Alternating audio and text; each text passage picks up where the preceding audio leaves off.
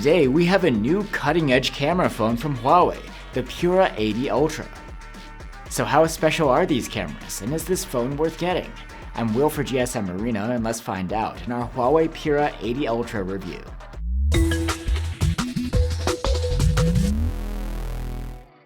The Pura 80 Ultra continues in the tradition of Huawei's P-series camera phones, and they're again pushing the envelope when it comes to smartphone camera tech. First off, the Pura 80 Ultra has a main cam with a variable aperture lens and a large 1-inch type sensor. This is a next-gen triple-gain sensor, which takes 3 different exposures with every shot, allowing it to get a super wide dynamic range of up to 16 stops, even in video. And not only that, this is the first phone we've seen with a telephoto zoom camera that switches lenses. There's a closer 3.7x zoom lens and a longer 9.4x one. You can see the mechanism move as this switch happens, and even hear the sound of the hardware relocating inside. Not only that, this camera has one of the largest sensors in a telephoto yet, plus it has sensor shift stabilization. Besides the cameras, there are other nice features here too, including a high-res OLED screen, a large battery, and fast charging. The design of the Pura 80 Ultra does stand out thanks to its mirror-like finish and the large triangular camera bump, the forward symbol as they call it. The back is made of glossy, slightly curved glass, and you have an aluminum frame. The phone is a bit hefty, at over 230 grams. Huawei has improved the ingress protection this time around. It has an IP68 rating against dust and water submersion, and also an IP69 rating against heated water jets. The display of the phone is a 6.8-inch LTPO OLED with a high resolution and a 120Hz refresh rate. It's protected by 2nd-gen Crystal Armor Kunlun glass. This screen looks great. It's quite sharp, with very thin bezels. There's support for 10-bit color here, and for HDR video playback, the standard supported here is called HDR Vivid, which is native to China. The display's LTPO tech means the refresh rate should be extra adaptive to save energy, and able to dial down as low as 1 Hz while idling. We weren't able to capture this with the built-in refresh rate counter though. As far as brightness goes, the Pura 80 Ultra falls behind many current phones. We measured a maximum of about 600 nits with the manual slider, and this boosted to a bit over 1000 nits in auto mode. It still seems to be enough on sunny days, but the competition can pump out a lot more. The Pura 80 Ultra has a pair of stereo speakers. The top speaker has a grill on the top of the phone as well as on the front. The speakers are loud, earning a score of very good on our tests, and the sound quality is excellent here, with rich and deep sound. You can check it out for yourself with our comparison tool linked below. While the previous model had an under-display fingerprint reader, for some reason this time Huawei has gone with a side-mounted one built into the power button. It works well though. You can also assign shortcuts to this key, and then with a double tap you can launch an app or a function like the flashlight. And the phone has an IR blaster on board, so you can use it to control appliances with. The global version of the Pura 80 Ultra comes with 512 gigs of storage on board. This isn't expandable through a memory card. The user interface here is Huawei's latest EMUI 15, which is actually built upon Android 12. It hasn't changed much in recent years, so it's pretty familiar. One signature feature here is cards. Tapping and holding on certain apps will open a set of options, without needing to open the app first.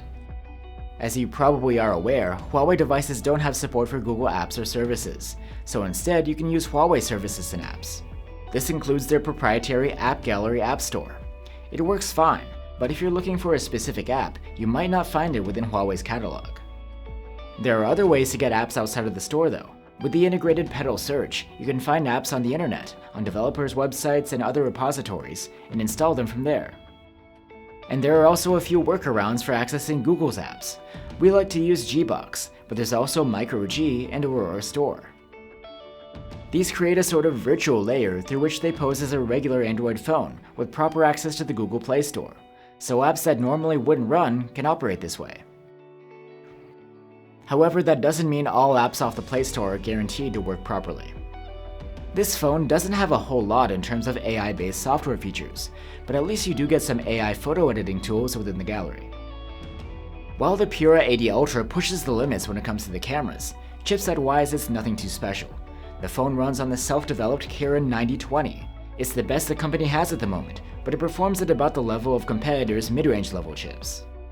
In benchmarks, the phone sits way behind other current camera phones, which are typically flagships with the most powerful chipsets around.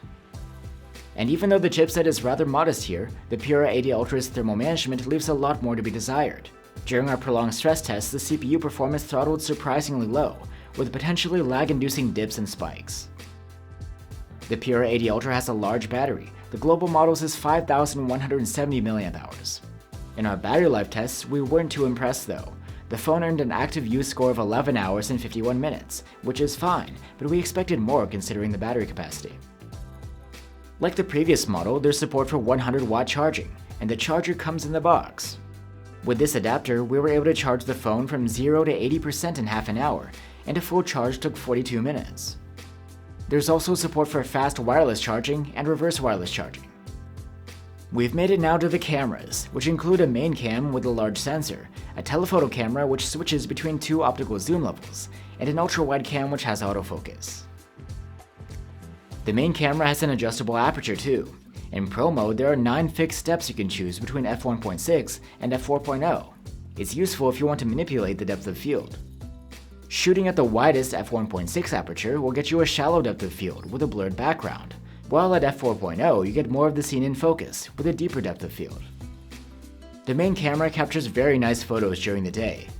Detail is pretty good, if not the most natural looking up close. Colors are generally likable, and dynamic range is indeed excellent. Portrait shots come out great too. Facial details are rendered nicely, skin tones look good, dynamic range is excellent, and there's a bit of natural background separation. While the Pura 80 Ultra does have a dedicated night mode, in the vast majority of situations you get the same results by default.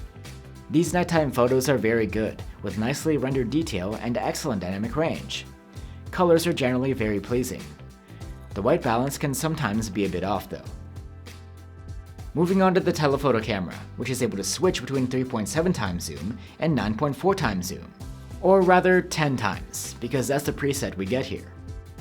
At the shorter zoom level, the photos come out with good detail levels, though the detail can have a bit of an overprocessed look. Dynamic range is very good, and colors are typically accurate too. 3.7 times photos of people are great, the perspective is just right, detail is excellent, and there's a good level of subject separation. When it's at the short end of its zoom range, this telephoto cam can focus as close as 12 centimeters, which means you can use it to take close-up macro-style photos. These come out pretty great. In low light, this camera can capture top-class 3.7 times shots.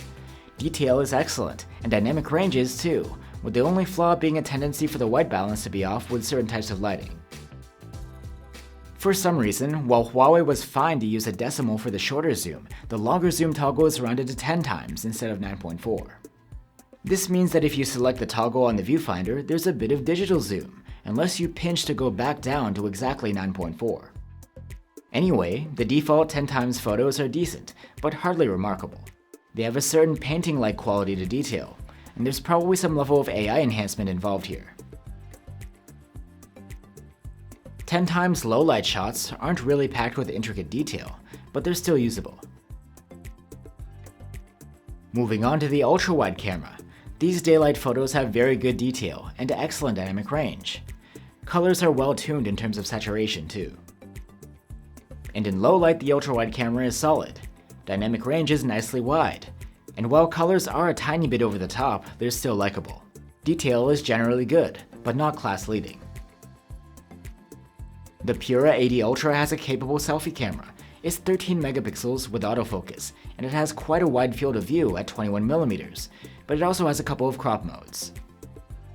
Selfies have nice colors, lifelike skin tones, and great dynamic range. The detail is excellent too.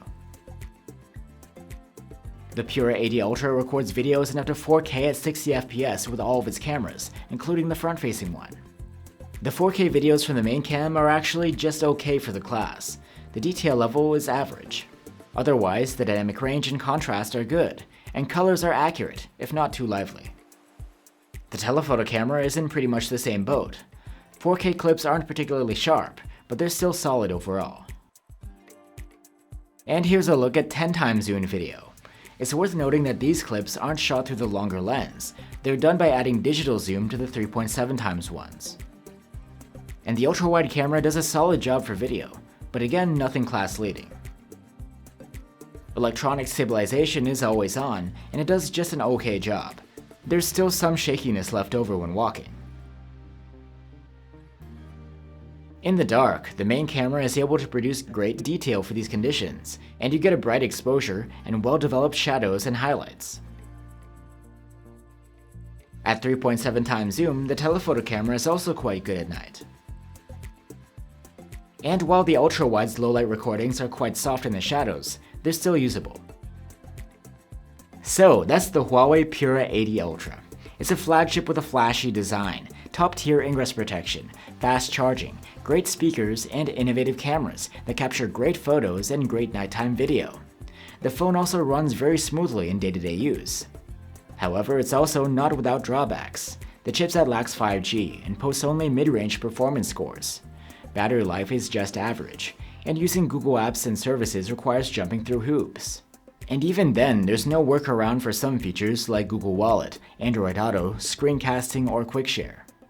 On the other hand, for someone who's not constantly trying different apps, or doesn't care for 5G, but can appreciate the novel camera system here, the Pura 80 Ultra is a camera phone that's well worth considering. Thanks for watching, guys. If you're looking for alternatives, you might consider the Xiaomi 15 Ultra and the Samsung Galaxy S25 Ultra. Let us know what you think, and I'll see you on the next one.